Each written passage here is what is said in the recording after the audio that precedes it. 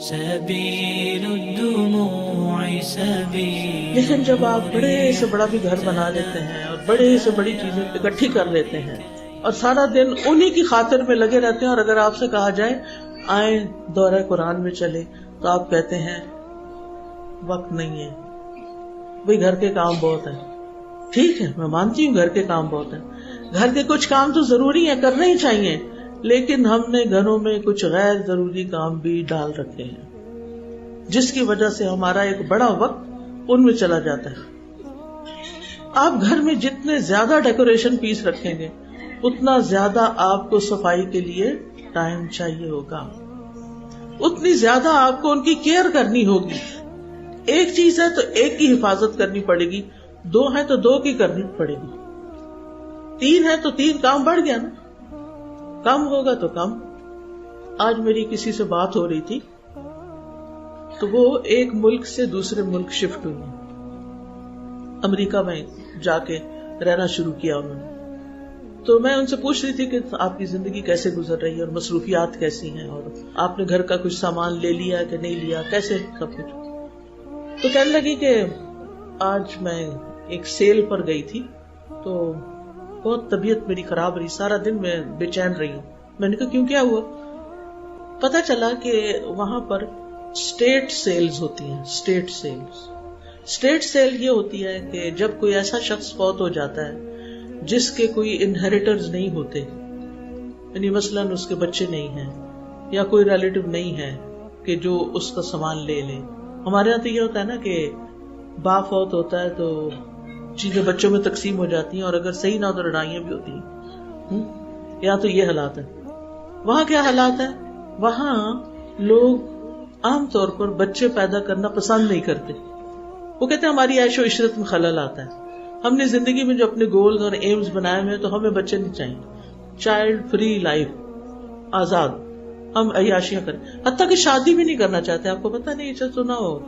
وہ کہتے ہیں ہمیں مفت میں لڑکیاں مل جاتی ہیں، ہمیں کیا ضرورت ہے کہ ویڈ لاک کہتے ہیں، شادی کو کہتے ہیں ویڈ لاک، کہ آپ کے اوپر پہ لاک لگ گیا کہ آپ بس ایک عورت کے ساتھ زندگی بسر کریں. کرسچینٹی میں ویسے بھی ہے نا کہ ایک ہی شادی کر سکتے ہیں، اور پھر طلاق بھی نہیں ہے، اور وہ مسائل الگ ہیں.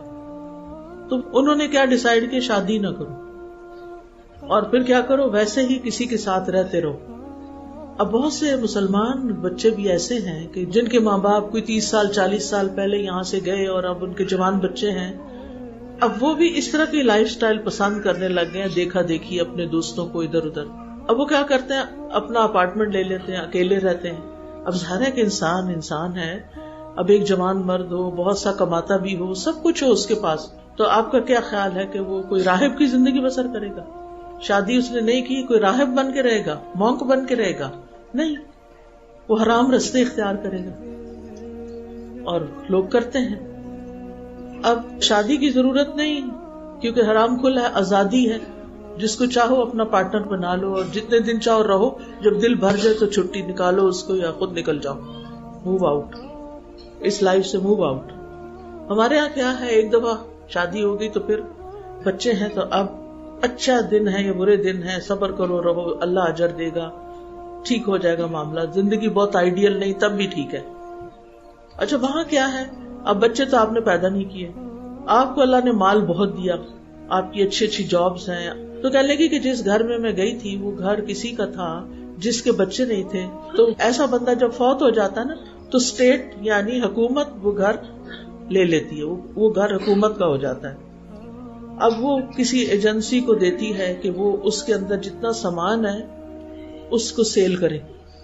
کہتی میں جب اس گھر میں داخل ہوئی تو اس میں ایک ایک جو پینٹنگ تھی وہ $20,000 کی، اور ایک ایک صوفہ $25,000 والا، اور ایک سے ایک قیمتی کراکری اور سب سامان. اور لوگ آ رہے تھے اور سستا کوئی 6,000 کو کتنا کر کے لے جا رہے تھے. اور گھر بھی شاید کسی جھیل کے کنارے تھا، بڑا ہی خوبصورت گھر، بہت بڑا گھر، اکیلا بندہ رہتا تھا. اور اب اس کا سامان، وہ تو قبر میں ہے، اس کے ساتھ تو آگے پتہ نہیں کیا ہو رہا ہے. لیکن کہتی دیکھ کے بہت میرے دل میں تکلیف آئی کہ اس دن کے لیے اس نے یہ سب کچھ اکٹھا کیا تھا کہ یوں سارے لوگ ایک طرح سے لوٹ سیل کہہ لیں لے جائیں. میں نے کہا لینے والے بھی نہیں سوچ رہے، ان میں بھی کئی ایسے ہوں گے کہ جو بڑی خوشی سے لے جا رہے ہوں گے اور پھر آخر میں پھر یہی حال ہوگا، کیونکہ یہ اب ٹرینڈ چل پڑا ہے اور زیادہ ہو گیا ہے، موومنٹ ہے باقاعدہ.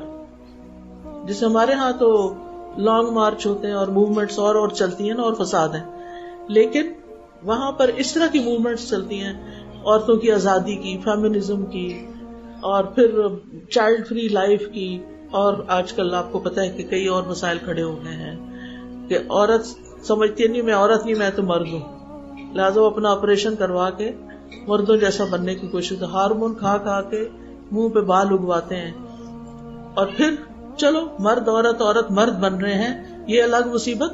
لیکن اب ایک اور چیز یہ بھی شروع ہو گئی کہ کچھ لوگ کہتے ہیں کہ میں بلی ہوں، کوئی کہتا ہے میں کوا ہوں. یہ میں من گھڑت کہانی نہیں بتا رہی، یہ فرسٹ ہینڈ انفارمیشن ہے کہ انسان بھی نہیں ہے. وہ کیوں؟ فریڈم ہے، آزادی ہے، ہم جو مرضی بننا چاہیں. ہمارے اندر جو خیالات ہیں، اور یہ خیالات کون ڈالتا ہے اندر؟ قرآن مجید میں کیا لکھا ہوا ہے؟ شیطان نے انسان کو بھٹکانے کی جو کوشش کی تھی، سورۃ النساء میں آتا ہے نا، اس نے کہا تھا کہ میں ان کو گمراہ کروں گا اور یہ اللہ کی تخلیق کو بدل دیں گے. اللہ تعالیٰ فرماتے انا خلقناکم من ذکر و انثی، ہم نے تمہیں مرد اور عورت سے پیدا کیا.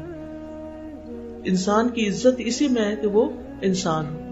اب اگر ایک عورت کو اللہ نے عورت پیدا کیا اور وہ کہتی میں عورت نہیں ہوں، میں مرد ہوں، یا مرد کہتا نہیں میں عورت ہوں، وہ عورتوں والی آواز نکالتا ہے، وہ عورتوں والے یعنی کپڑے پہنتا ہے، وہ عورتوں والے سارے کام شروع ہو جاتا ہے کرنا، تو یہ ایک جھوٹ بھی ہے نا. اللہ نے آپ کو کیا بنایا؟ آپ کچھ اور کہہ رہے ہیں، آپ ہیں کچھ، ہے کچھ اور ہے. تو یہ ساری چیزیں ہمارے معاشرے کے اندر آتی جا رہی ہیں. تو یہ آزادی کے نام پر اللہ کی حدود توڑنا اور اپنی مرضی کی زندگی بسر کرنا اور فطرت سے ہٹ جانا، یہ کیا ہے؟ یہ اللہ تعالیٰ کو پسند نہیں. ہم سب اپنی اپنی جگہ اللہ سے دعا کریں کہ اللہ تعالیٰ ہماری زندگی میں جو بھی ایسی کوئی سوچ ہے جو سیدھے رستے سے ہٹی ہوئی ہے، مغضوب علیہم الضالین والی سوچ ہے، اللہ تعالیٰ میری اس سوچ کو بدل دے. شیطان کے جو وسوسے میرے دل میں آتے ہیں، اللہ مجھے ان سے نجات دے، کیونکہ وہ سب سے بڑا دشمن ہے نا. سبيل الدموع سبيل